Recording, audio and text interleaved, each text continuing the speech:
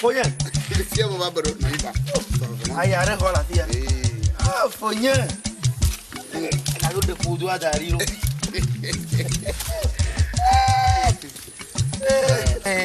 Oko. Mayo. Suta mayo ro yin ba. Epo anyigba ya papa dzrana ewuga.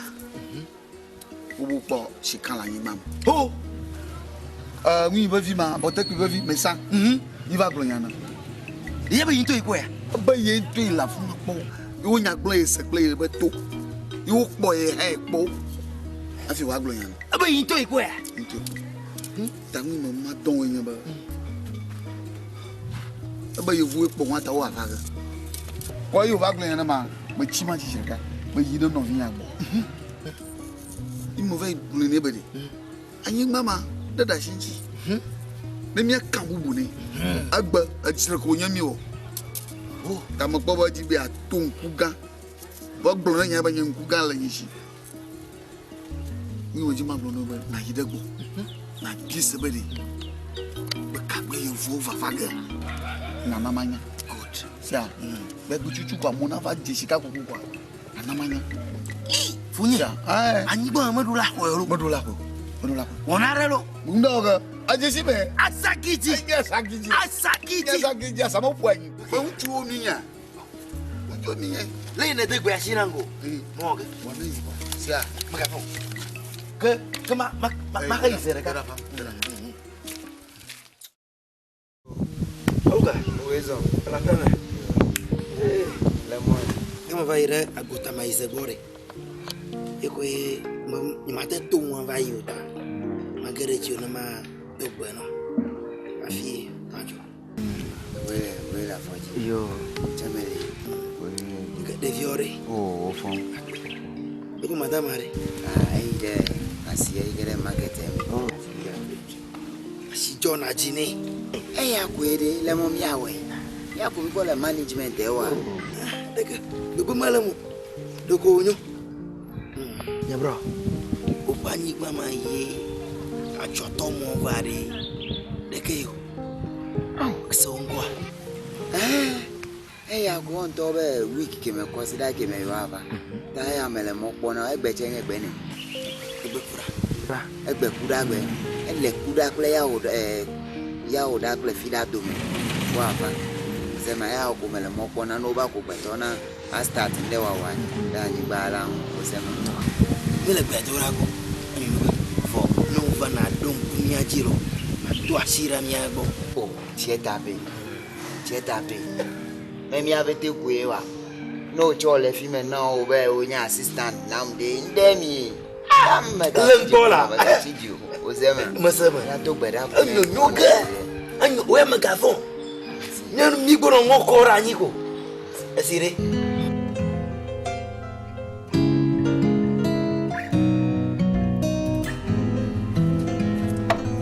Ago. Oh, malavi. Oh, elle a faim. Oh. Awa pone mo la hama. Awa. Okay. Okay, agba mo do. La bébé. Hello. Ouais. Nani la fille. Ouais. Abale ina to me ne. Aba acho. Ha? Acho kwa mlomo. Acho. Acho de kano.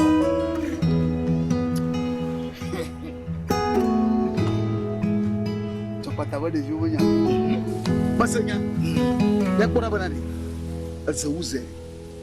Asa uze to ko to. Olele.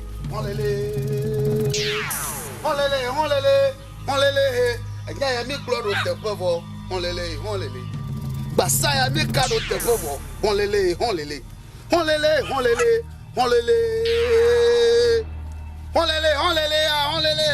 Anya ya mi kloro te fovo. Olele. Hey! Bavi go dress akiji. Kare swagba. A coffee tele ko ra gbara share. A kwale tele han balulo le kan. A koga. Pega o planyigba sakiti magba pe planyigba. Pega planyigba o pe sakiti magba pe planyigba. Gbado planyigba sakiti magba pe planyigba.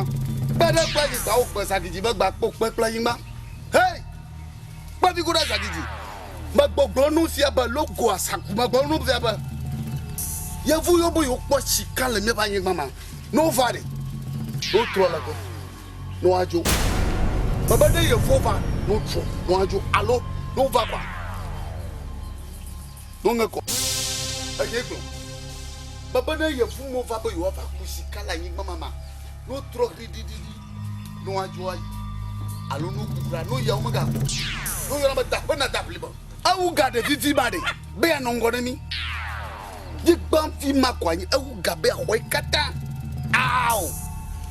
Awu ga re. Na chine na ma. Makpo mo to ngone mi o. Enyenye titia. Enye la kpo gagban. Enye. E la kpo gagban. Ha se wu ga la kpo ga. Awu ga de titi kwa. Adu ngone mi.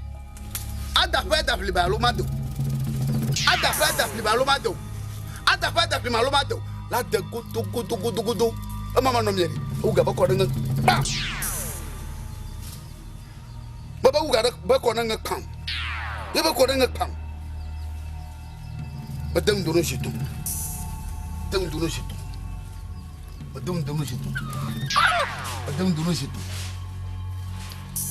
Nya mi gloro te vovo, on lele. Nya mi gloro te vovo, on lele. Yo fu ba bo no blare me bele ko. Wa blale ke. Yo fu ba bo no bla. O janyi ki ala kare. O maga fon. Gbede. No fo pe ko va diama. No joko pam. No dapo wa daplima. No janyi gbidi o maga fon. No tro no sidia, no china nama. No tro mi ajia, no china nama. O maga fo gbede. No ma fo ka. Kama mama wa kunu mi. Na ye fu mu joko, o maga bo. Ma wa ko reka, aso reka, atunglo reka, akpoklo reka na mi. Nyadu, anyegbo. Nya. Asakiti nyegbo. Ba fi goda sakiti. Malan wu no fia. Nya ba ye fo we ma. Malan wu no fia na nya ba ye fo we ma. Mo bo ba ye fo we ma. Ye fo yori. Na so hu. Ye fu yori. Hu na do. Ye fu yobo yobona. Hu na do lawu. Ye fu yobo yobona. Hu na do lawu. Piti. Hu na do lawu. Ba kwa ni ma. Gbado planyigba sakiti magba po planyigba. Gbado planyigba o po sakiti magba po planyigba. Ne yo fu ojo ale. No da fore yaban. No ku gbiji o magabo. No ku kaka. Nyofunu. Nyofunu. Anya glomla. Ne mi wetujujwa. Manami agbodeka. Gbodeka. Kukla chuklashi. Aso reka. Siglinyi reka. Adonglo reka. Akpoklo reka. Gong. Aja soka. Kaila ke. Gong.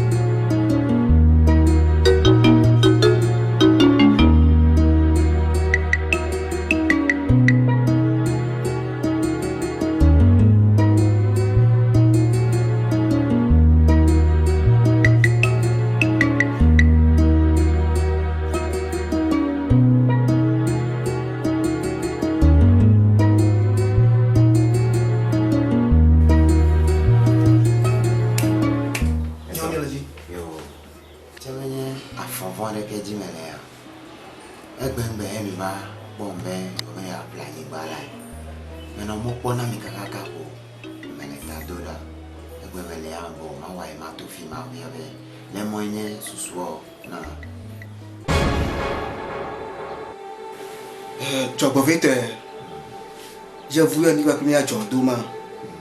Je vois pas tout mon bain. You go love me à Gratuite. I can eat and go from the cabo. Aka ni bien na chuko kani. Da ku khere ka faro ta. You will meet and Gratuite. Na chuko kani. Posa tiene job fuera me mula. Ah, any me ate dia be do yo, mi do e bi nga no. Ka de sa de me che. Akpa ko mi akona ma. Na le bia. Yo, maga ko ge biro lo.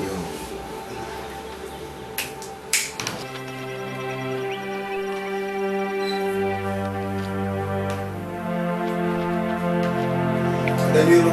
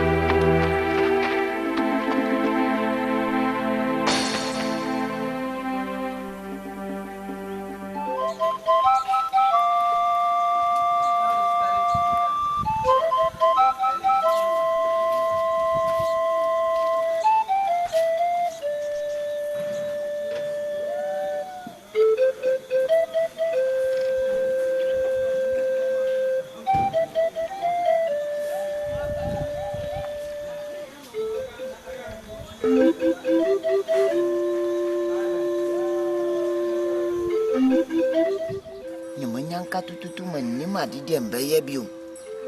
Manima didi mbeye bio mu. Sama kajira wo sen krofudi wa basa wo beto asase no makajira wo sen mako wo mo kono. Awo. Mako hu papa no. No mabisa ni se wo. Adano mo ba mi ho kajira ni se wo pese wo to asase no. Matimu kabio. Tina ndema basa mabe. Shwe die be na wo ko.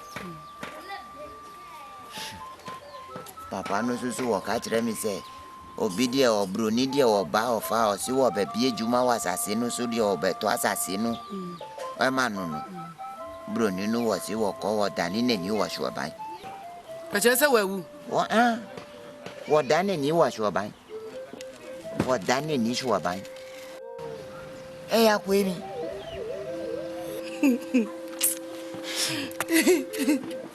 Aye, Jason. Minie. Aye, Jason. Sene de be mo ye de ma ye EFO.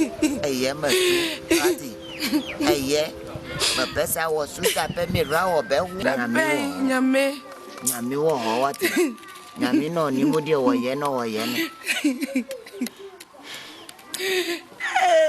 Ma bi wo ni o. Jason ma pesa wo ye sa wo ma mi ra wo hu. Oti, ayesa o mami rawo o ma o de ma ye. Da ben. Ma pesa ma fa juju we ka ma juju de ma wo ho bio.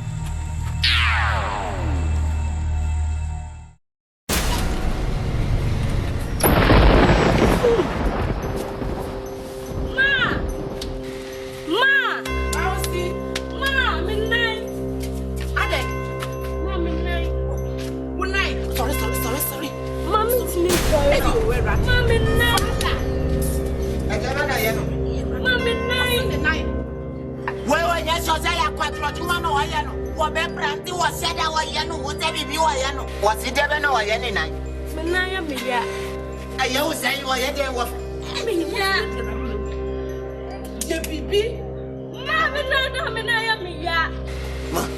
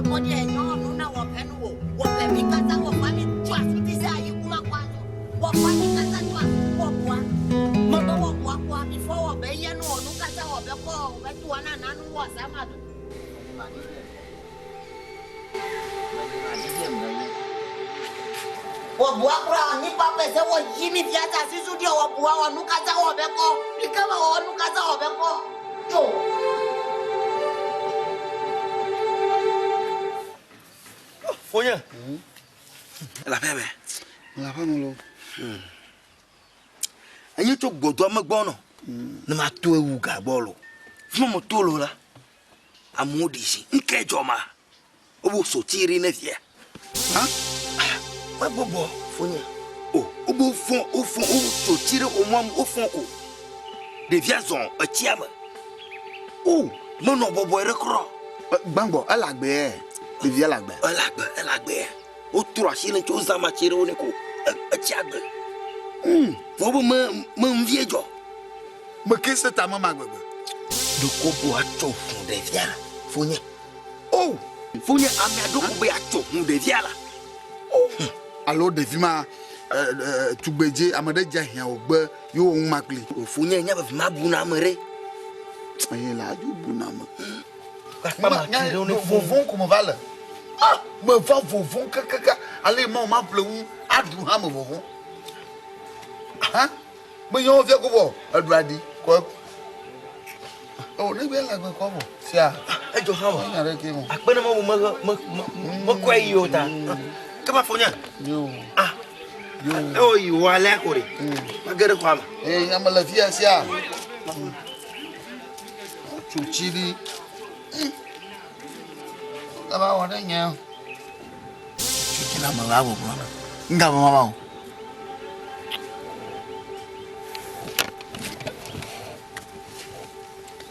Oh, vou ogbonada. Me devia mo chucheri na ore. Devia va tuchama. Avona yi va tuchama le, wale bi okola do la kwe.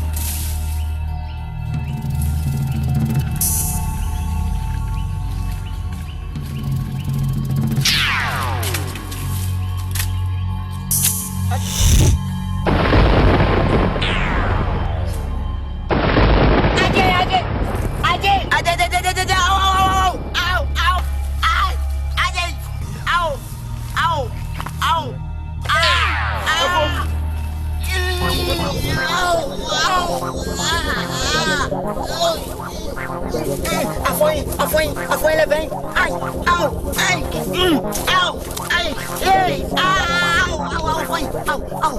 Matou. Ai,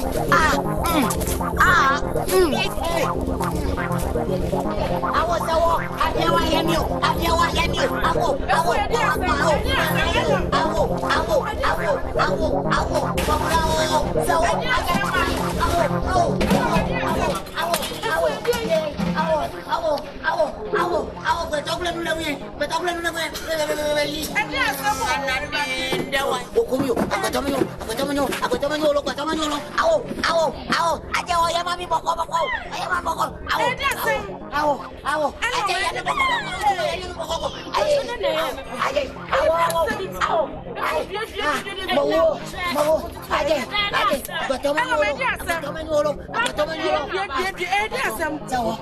Como assim, meu pai não te foi calar, vai se jogar e eu vou para mim.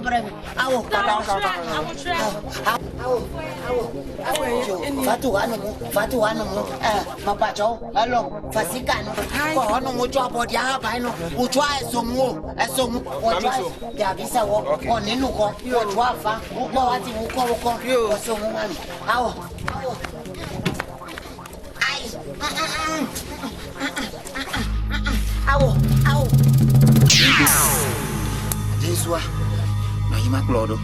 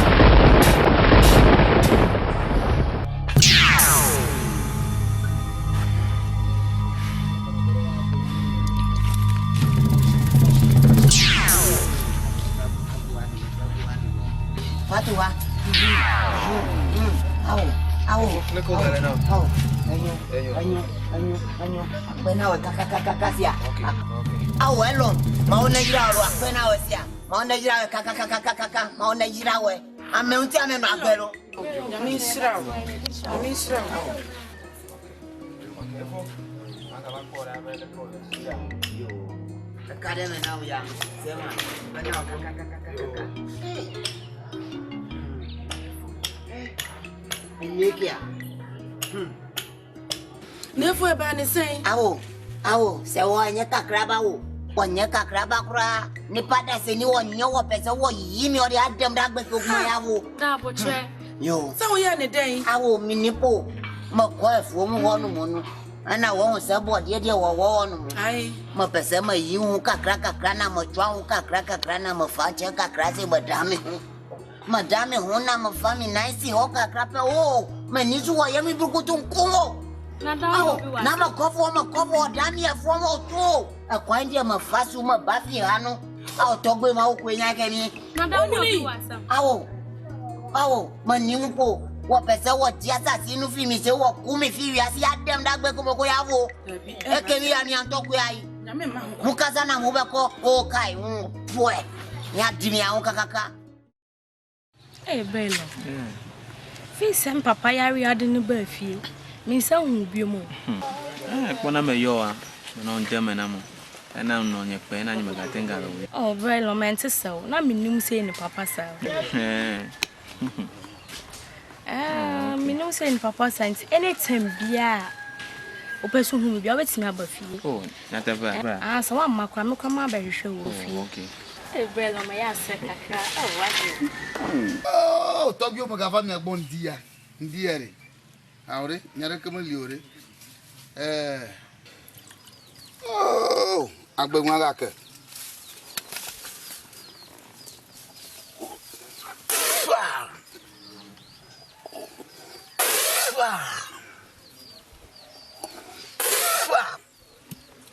Oh, togbe kuva juklo manje trupa jakpa ude poto de chakik mgba mku ole rengas magede ba mku apoko agbe de kasha agbe to ba nyina wu. Bayo birikwa ma vole mu domo do fufu ma di mu ka ka vlog fifia. Bayo gbata glangba so ale gba mo kokomi no khosa nyo pepe ka ka jen pe ma le church ko mo na amagere me na church yo.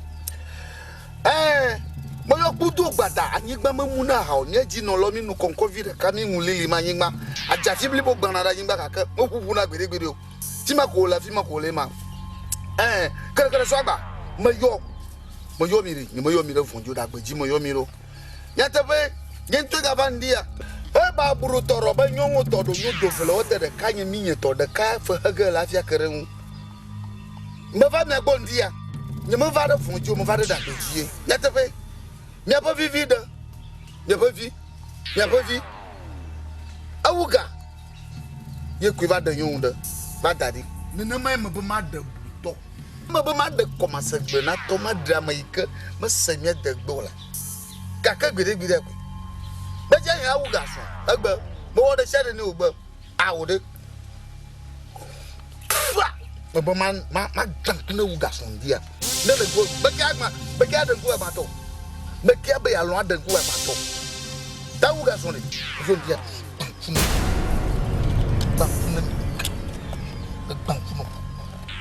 bankuno gong ne yare na no ku gbagba fasire ayi ke ku na no ku gbagba fasire ayi ke ya plema na no ku gbagba fasire ayi ke su fu dede maka pon gbede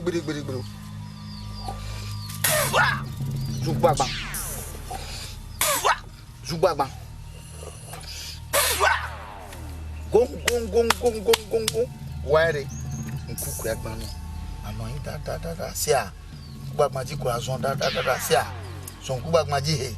Non kubagmaji he. Yo. Yoni no fie boko. Na daga kliwa. Ma va ke mi ebo.